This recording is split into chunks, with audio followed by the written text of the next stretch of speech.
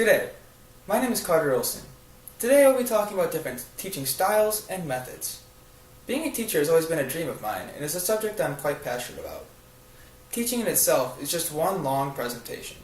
The goal of teaching is not only to help students learn new information, but to also inspire them as well.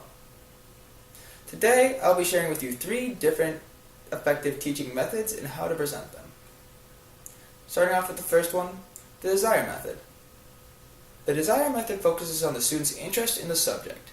To properly use this method, it is imperative to avoid starting the class in a routine way such as, "Good morning, class," or "Today we'll be talking about." Instead, start the class off with how this subject could immediately affect them and why it is important for them to learn.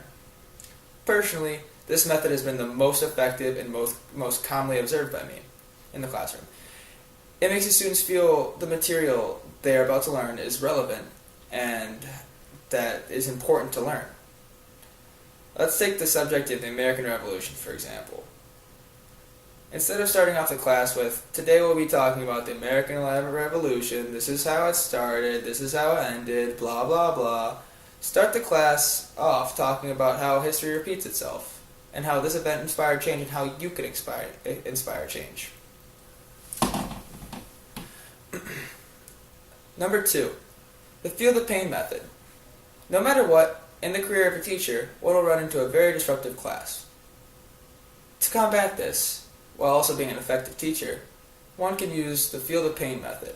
This method rewards the students who listen and participate while punishing the students who don't.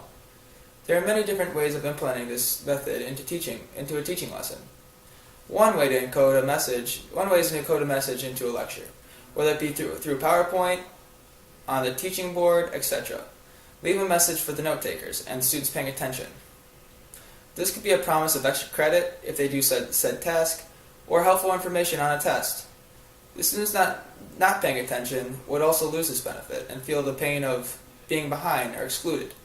It is important to not overuse this method, however, for it could actually hurt hardworking students who may have just daydreamed for being a little during class. Always make eye contact with your class when using this method. Focus more particularly on the disruptive ones in order to keep them more attentive and cue in on the encoded message. It is important not to leave anyone behind. That would not be a good teaching method. Number 3, the tech method. This method of teaching is for a teacher with an understanding of technology. Most millennials, as we know, are very adept to technology. Without it, they would be lost. Students could be excited about using technology to learn. The use of computers in a classroom provides unlimited resources. Students will also be more attentive if these lessons are embedded in technology, which could also be embedded in a game, such as Kahoot.it. As a student, I find technology-based learning the most effective because information is always at my fingertips and always available. These methods of teaching are just ways to present information effectively. A teacher should always use multiple methods. It is important to use multiple methods because every student learns differently. These styles of presenting information are key to having a successful classroom. Thank you.